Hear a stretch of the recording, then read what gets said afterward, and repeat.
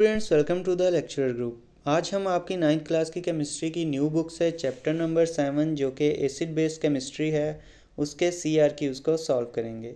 Last video में मैंने आपको शॉर्ट क्वेश्चन आंसर्स ये जो आप देख रहे हैं इनका सोल्यूशन करवाया था। आज हम CRQs को सॉल्व करेंगे। इस वीडियो का लिंक भी जो है डिस्क्रिप्शन में आपको मिल जाएगा। ये तो स्टार्ट करते हैं क्वेश्चन नंबर 1 से। क्वेश्चन नंबर 1 में पूछा जा रहा है कि what chemical name will you give to soap as a compound.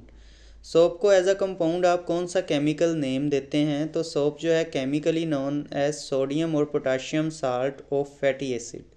ठीक है, सोप जो है वो सोडियम और पोटाशियम का साल्ट होता है ऑफ फैटी एसिड, और या हम इसको सोडियम सिट्रेट भी बोलते हैं। ये बना होता है सोडियम साल्ट का, और उसके साथ एक लॉन्ग चेन होती है फैटी एसिड्स की। इसका अगर मैं आपको फार्मूला लिख के दूं तो वो है C17।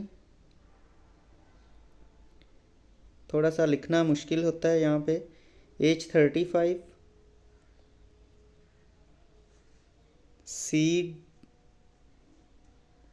COONA। इस तरह से हम इसको जो है रिप्रेजेंट करते हैं, C17H35 COONA। यहाँ पे आप देखें सोडियम है और ये एक लॉन्ग चेन है फैटी एसिड की। तो ये एक हमारे पास जो है सोप एज अ कंपाउंड हम इस केमिकल नेम से रिप्रेजेंट कर सकते हैं। अब हम नेक्स्ट पार्ट पे मूव करते हैं।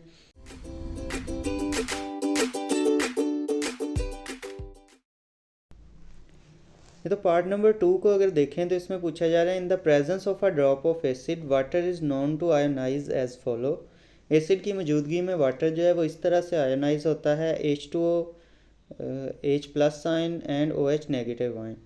In your opinion which name will be suitable for water and acid, a base और बोथ। यानी कि इस क्वेश्चन को आप इस तरह से समझें कि हमें पता है कि एसिड जो है वो वाटर के अंदर या सोल्यूशन के अंदर हाइड्रोजन आयन जो है वो प्रोड्यूस करता है, और एक बेस जो होती है वो हाइड्रोक्सिल आयन प्रोड्यूस करती है, यानी OH नेगेटिव आयन। अब वाटर जो है वो हाइड्रोजन के आयन भी प्रोड्यूस कर रहा है और हाइड्रोक्सिल आयन भी प्रोड्यूस कर रहा है। तो आपके ख्याल में वाटर को हम एसिड कंसीडर करें या बेस कंसीडर करें या दोनों के तौर पे इसे कंसीडर करें? तो ये हमारे पास जो है ये सवाल है। तो इसमें वाटर जो है वो हाइड्रोजन आयन प्रोड्यूस कर रहा है, इट्स मीन एसिड की तरह बिहेव कर रहा है। हाइड्रोक्सिल आयन प्रोड्यूस कर रहा है, इट्स मीन बेस की तरह रिएक्ट भी कर रहा है, इट्स मीन दोनों की तरह रिएक्ट करता है या दोनों की तरह एक्ट करता है। तो इस वजह से हम इसको दोनों के लिए यूज़ कर सकते हैं, यानी बोथ के तौर पे हम इसे एक्ट करता है। तो हम इसके लिए ख़ास टर्म यूज़ करते हैं एम्फोटेरिक। ठीक है, ये उन मॉलिक्यूल्स या उन कंपाउंड्स के लिए यूज़ किया जाता है जो एसिड के तौर पे भी एक्ट करते हैं और बेसिस के तौर पे भी एक्ट करते हैं। इसको कहते हैं एम्फोटेरिक नेचर है वाटर का। It can donate a proton to act as an acid and it can accept a proton to act as base. तो ये इसका आंसर है। अब हम थर्ड क्वेश्चन को देखते हैं। इसमें पूछा गया है why does sodium carbonate behave like a base in water. Sodium carbonate जो है वो behave like a base because it hydrolyse in water to form hydroxide ion. ठीक है, सोडियम कार्बोनेट जो है वो बेस की तरह इस वजह से रिएक्ट करती है या एक्ट करती है क्योंकि जब ये हाइड्रोलाइज होती है वाटर के अंदर तो ये हाइड्रोक्साइड आयन प्रोड्यूस करती है। किस तरह से देखने में थोड़ा सा जो है यहाँ पे समझ नहीं आ रहा होगा कि हाइड्रोक्साइड आयन तो इसके अंदर मौजूद ही नहीं है। तो ये बेसिकली जो कार्बोनेट इसका पार्ट है CO3, ये जाके रिएक्ट करता है H2O के साथ और बन जाता है बाइकार्बोनेट। तो यहाँ पे आप देख सकते हैं एक बाइकार्बोनेट प्रोड्यूस हुआ और उसके साथ हाइड्रोक्सिल आयन प्रोड्यूस हुआ है। दैट्स वाई ये as an as an base behave करता है। नेक्स्ट अगर हम फोर्थ पार्ट को देखें तो इसमें पूछा गया है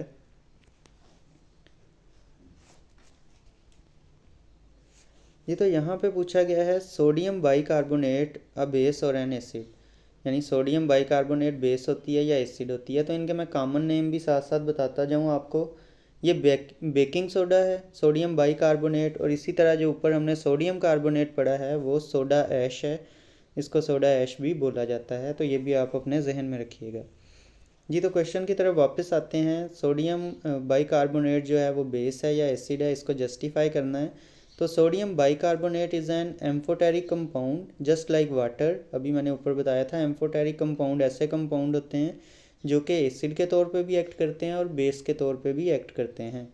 it can act as base by accepting a proton to form carbonic acid और an acid by donating a proton to form CO3 यानी कार्बोनेट, या कार्बोनेट भी बना सकता है। ठीक है, कार्बोनिक एसिड बनाएगा जब हाइड्रोजन को एक्सेप्ट करेगा। ठीक है, और जब हाइड्रोजन देगा तो ये कार्बोनेट आयन बना देगा। तो रिएक्शन एज बेस अगर देखें तो इसमें आप देख सकते हैं कि सोडियम बाइकार्बोनेट ने हाइड्रोजन आयन एक्सेप्ट किया और यहाँ पे कार्बोनिक एसिड बन गया, और इसी तरह एज एन एसिड जब रिएक्ट किया तो उसने सोडियम और हाइड्रोजन आयन जो है वो दे दिया, कार्बोनेट आयन भी अलग हो गया। तो ये इसके दोनों तरह के रिएक्शन हैं, इस वजह से इसको हम एम्फोटेरिक बोलते हैं, ना हम एसिड बोलते हैं इसको, ना हम बेस बोलते हैं। अब हम जो है नेक्स्ट पार्ट पे मूव करते हैं। इसमें पूछा गया है फिफ्थ क्वेश्चन में, what is the difference between a strong acid and a concentrated acid. अक्सर बच्चे इसमें कंफ्यूज हो जाते हैं कि कंसनट्रेटेड एसिड और स्ट्रॉन्ग एसिड जो दोनों जो हैं वो बड़े ताकतवर एसिड होते हैं, तो ये सेम है शायद।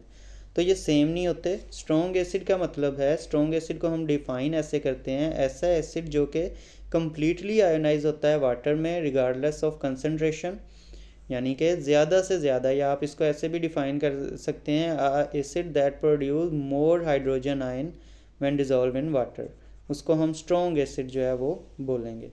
इसी तरह कंसनट्रेटेड एसिड जो है वो हम ऐसे एसिड को बोलते हैं that contain a high amount of acid dissolved in small amount of water but may or not fully ionise. ठीक है, ऐसा एसिड जो वीक एसिड है, जो ज़्यादा हाइड्रोजन नहीं भी देता, अगर उसको भी हम पानी की मिकदार कम हो और एसिड की मिकदार ज़्यादा हो तो हम उसे क्या बोलेंगे, कंसनट्रेटेड एसिड।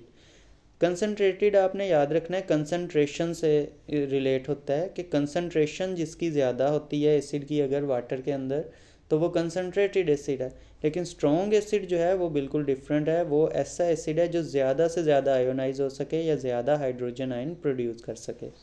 तो आई होप सो आपको समझ आई होगी। अगर समझ आई है तो वीडियो को लाइक ज़रूर कीजिएगा और चैनल को भी सब्सक्राइब कर दीजिएगा ताकि आपको अगले चैप्टर्स की भी वीडियो पहुंच सकें।